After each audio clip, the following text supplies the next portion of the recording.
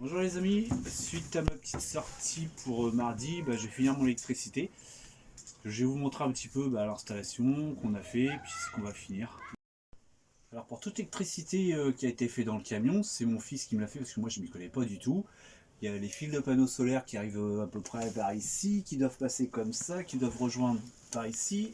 Et tous les fils sont mis, des prises, etc. C'est mis sous gain et tout rejoint au compteur. C'est lui qui a tout fait. Comme moi je ne sais pas le faire, je vais filmer, je vais tenir le téléphone et puis on va le regarder bricoler. Des panneaux solaires sur le dessus. Les câbles arrivent donc dans ce boîtier, donc toutes les gaines sont derrière, vous allez les voir juste après, et ils passent ici sur ce commutateur. Donc le commutateur, c'est tout simplement un relais switch, tout simplement du panneau solaire vers les batteries. Et après on a deux câbles qui redescendent en bas pour les batteries.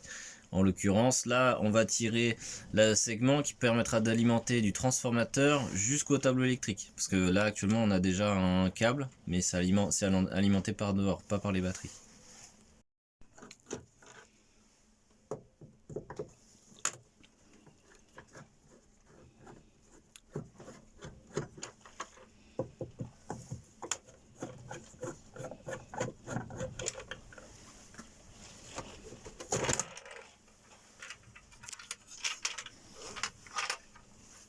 Voilà, donc comme vous pouvez le voir ici, on a les arrivées des panneaux solaires. Ici, on a au fond les mêmes câbles, parce que c'est la même section qui vont vers les batteries, qui arrivent jusqu'en bas. Ici, on a toute l'alimentation du panneau électrique. Donc on a un différentiel classique de maison. Pour la protection des personnes, et on a du coup des divisionnaires qui partent vers les différentes alimentations. Donc on a 3 fois 16 ampères si je me trompe pas, non, on a 4 fois 16 ampères et 1 pour la lumière. Voilà, Bon maintenant on va tirer le câble. exactement. Alors là, donc on a pu tirer le câble du coup d'en bas dans la même gaine que les alimentations batterie jusqu'ici. Et donc là j'ai dénudé mes câbles en amont et je suis donc en train de relier la deuxième arrivée d'électricité, puisque comme je l'ai expliqué auparavant, il y a une prise dehors qui fait office directement d'alimentation comme une maison. Et donc il y aura le transformateur en bas et les deux vont balancer du jus jusqu'ici. Bien évidemment il ne fonctionnera pas en même temps parce que sinon ça poserait problème, il y aurait un arc électrique. Mais là en l'occurrence du coup soit on est alimenté par l'extérieur, soit par directement le transformateur. Voilà, et le câble il arrive directement ici. Donc là on a passé un câble donc RJ45 directement en bas de notre transformateur jusqu'ici dans le tableau, parce qu'ici il y aura la télécommande avec les niveaux de batterie. Donc ici ça sera l'état de charge, donc ça c'est le commutateur, donc l'état de charge du système solaire vers la batterie, et ça sera le niveau de puissance du transformateur, donc batterie vers le tableau électrique. Et ensuite ici il va falloir du coup raccorder nos câbles, donc c'est rien de bien compliqué. Et en bas du coup on va retrouver l'autre bout du RJ45 avec le transformateur, et ici on va le passer avec une baguette tout du long, donc baguette imitation bois pour que ça se voie pas. Donc on aura juste les petits câbles comme avant qui vont juste être là, et ensuite ça va être une baguette. Bon, on va refaire ça tout de suite. Le RJ45 calé du convertisseur en bas jusqu'au tableau. Donc on l'a passé dans une petite baguette en bois, imitation bois, pour pas que ça se voie. Ensuite, donc on a ramené nos deux 5 qui vont en bas pour alimenter le tableau, donc qui partent du convertisseur pour alimenter le tableau, qui sont donc alimentés avec les deux 5 qui viennent de dehors. Donc bien évidemment, on va éteindre le convertisseur pour utiliser l'énergie de dehors, et l'énergie de dehors, quand il n'y en aura pas, on allumera le convertisseur, et donc ça sera alimenté par le convertisseur. Donc après bon, c'est du standard. On a nos câbles batterie qui redescendent en bas, nos câbles batterie qui vont jusqu'au tableau, jusqu'au panneau solaire. Ici on a le régulateur panneau solaire, donc on a les branchements panneau solaire ainsi que les branchements batterie. Donc ici on a le on-off pour l'allumer et l'éteindre, bien évidemment.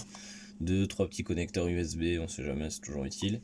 Et donc ici on va pouvoir gérer tout ce qui est alimentation solaire. On ne gérera pas le convertisseur. À partir de là, il faut donc brancher le RJ45 sur un petit panneau que je vais mettre juste après. Bon, bah, tu remontes le petit panneau. Ouais. Donc là on a remonté du coup la façade donc du petit coffret. Donc ici on retrouve le fameux petit panneau que je vous parlais juste avant. Donc c'est tout simplement une sorte de petite télécommande. On va retrouver donc des LED batterie qui va montrer à peu près ce qui reste vis-à-vis de la batterie. Donc on peut retrouver un répéteur batterie là-dessus, mais ça sera beaucoup moins précis. Ici on a la tension d'entrée du coup pour le convertisseur, donc dès qu'il sent que la batterie est un peu faiblarde, paf, ça va se mettre à clignoter. Le on-off pour dire si le convertisseur est allumé ou pas. Donc comme je disais, on va l'éteindre si jamais on se branche directement sur un réseau EDF dehors. Si vraiment on s'en sert, bon, ben, on va l'allumer. Donc on pourra pas l'allumer de là, faut l'allumer d'en bas, mais on aura quand même un petit répéteur pour dire si c'est allumé ou pas, s'il y a un oubli. Et ici on a un petit switch, donc c'est pour tout simplement l'utiliser soit sur du 2000 watts standard, c'est-à-dire sur une sinusoïde standard, sans, on va dire, sans dépasser ses performances. Et si on appuie, on peut aller jusqu'à 4000 watts, donc ce qui peut être intéressant si on branche un chauffage ou quelque chose qui pompe un petit peu. Et l'avantage de l'avoir mis dans un coffret de maison, c'est qu'on peut le fermer et voilà, c'est protégé, c'est propre, il n'y a pas de souci quoi. Et surtout c'est qu'on peut pas être en contact avec une pièce nue. Donc le RJ, donc comme je l'ai dit, on l'a passé dans une baguette en bois qui vient jusqu'ici. Donc ici il manque une petite partie, donc on va rajouter une baguette en bois jusqu'en bas. Donc nous revoilà en bas. Donc on retrouve donc notre fameux petit RJ45 calé donc sur le petit panneau de contrôle en haut. Donc on l'a rislenté pour faire un peu propre hein, quand même. Donc on l'a mis là. Il vient se connecter directement sur le convertisseur. Donc sur une autre prise RJ. Voilà, donc ici. Sur notre convertisseur, on va retrouver un switch on-off. Donc comme je le disais, on ne peut pas l'allumer d'en haut, on va l'allumer d'ici. Mais on aura donc une petite LED verte en haut. Ici on a le panneau de contrôle avec les différentes informations. Donc là il est éteint, bien évidemment il n'est pas branché. Avec les différentes informations, les niveaux de tension, etc., etc., etc. Ici on peut avoir deux alimentations, donc là on en a utilisé une pour notre panneau électrique qui monte jusqu'en haut, donc on a nos 2.5 qui viennent ici, on a mis donc du Chatterton pour isoler le tout. Bon en réalité ils sont quand même gainés à l'intérieur, mais bon, vaut mieux une double sécurité, qu'on a raccordé sur donc une prise 3 pièces de chantier qui peut alimenter jusqu'à 4000 watts, donc on est large, en sachant que notre installation est prévue pour 2000 watts, on est très large. Notre petit convertisseur 2000 watts, donc comme je disais on est prévu pour 2000 watts, mais du coup qui peut aller jusqu'à 4000 sur une sinusoïde du coup moins précise, mais ça peut. Et ici du coup en bas, dans notre gaine, on a nos câbles batterie donc pour le panneau solaire, donc qui vont se raccorder sur la batterie pour pouvoir le recharger, et nos alimentations convertisseurs batterie, donc qui sont un peu plus grosses, puisque là on va demander un peu plus d'énergie pour pouvoir transformer le jus, donc de 12 à 230 vers notre panneau. Voilà, donc on a tout attaché au mur pour garder un maximum de place pour pouvoir mettre deux batteries. Mais je trouve que tu as fait un peu plus gros là-bas pour repasser un câble. C'est vrai, là-bas donc au niveau de notre RJ45, je sais pas si on va bien le voir, on a agrandi le trou, parce que bien évidemment c'est beaucoup trop grand pour un RJ, pour pouvoir repasser deux câbles batterie de grosses sections comme ça, pour directement aller se brancher à la batterie du camion. Comme ça, quand on va rouler, ça va recharger les batteries aussi. Voilà. Donc voilà, donc pour l'installation électrique, donc on a fini l'intégralité de l'installation. Hein, on a posé les prises, voilà, donc il est même mieux équipé que certaines maisons. Et il reste plus qu'à tout simplement poser deux batteries, tout simplement. Et sinon, tout est ok. On a déjà préparé les connecteurs batterie en plus, ça qu'on vous les a pas montré, un plus, un moins, qui sont bien évidemment écartés pour éviter tout risque. Et il n'y a plus qu'à poser deux batteries. Donc là on a une surface quand même de 50 cm, voire même 60, donc je pense qu'on est large pour deux batteries. Et tout est ok, tout est prêt. Voilà. Donc ça fait quand même très propre, hein, à part 2-3 petits fils là-bas, mais bon, malheureusement on peut rien faire, c'est du solaire, hein. On peut pas non plus les masquer. Tout est très propre.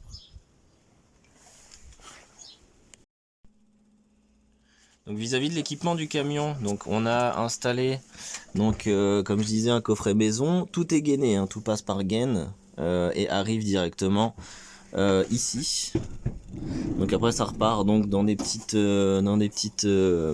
goulottes imitation bois. Donc on retrouve du coup un 1.5 pour une lumière LED qui fait à peu près 250 lumens, donc qui est largement suffisant pour un 5 mètres carrés. Ici donc on retrouve tout simplement l'interrupteur, hein, pour la lumière. On a des prises de protection Legrand. Donc quasiment tout a été monté avec du Legrand. À la base, on avait mis une petite boîte de dérive ronde, mais elle tenait pas. Là, on a mis une vraie boîte de dérive carrée. Donc tout est dedans avec des wagos, donc pas de domino. La boîte de dérive, on l'a mis en apparent parce que bah, c'est comme les lois de maison, hein, faut que ça soit apparent au cas où si on a besoin d'intervenir dessus. Il n'y a aucun réseau électrique qui doit être derrière une paroi ou inaccessible. Donc là, si on veut intervenir sur 100% du réseau électrique, on peut. Ici, on a rajouté donc une petite prise électrique pour un barbecue éventuel ou quoi que ce soit, hein, si on a besoin de brancher ou ce genre de choses. Donc il y a quand même pas mal de branchements. Et de l'autre côté, donc on a une gaine qui vient dans la structure et qui arrive ici. On retrouve donc une autre prise électrique pour une télé qu'on a mis, bien évidemment, avec un rangement ici. Ici, on a donc le convertisseur qui part vers l'antenne qui est sur le toit.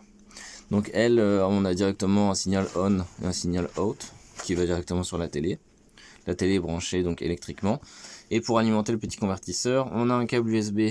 Bon, là il est pas mis parce que bien évidemment on s'en sert pas pour le moment, mais il est pas mis. C'est un petit câble 5 volts qui va directement en USB sur la télé. Donc l'USB qui est sur le côté de la télé. Tout bêtement. Ça, quand tu allumes la télé, ça allume le... Ça allume l'antenne et ça allume tout ça. Donc c'est une télé, tout ce qu'il y a de plus raisonnable, hein, c'est une 20 pouces, ça suffit amplement pour ce genre de plateforme. Voilà les amis, je pense qu'on a bien travaillé. Hein. C'est presque fini, l'électricité, il manquera plus que la batterie demain. La mettre, la fixer correctement. Bah là pour ce soir, il nous reste juste à nettoyer le camion, à vous dire au revoir et puis bah à la prochaine vidéo. Salut tout le monde!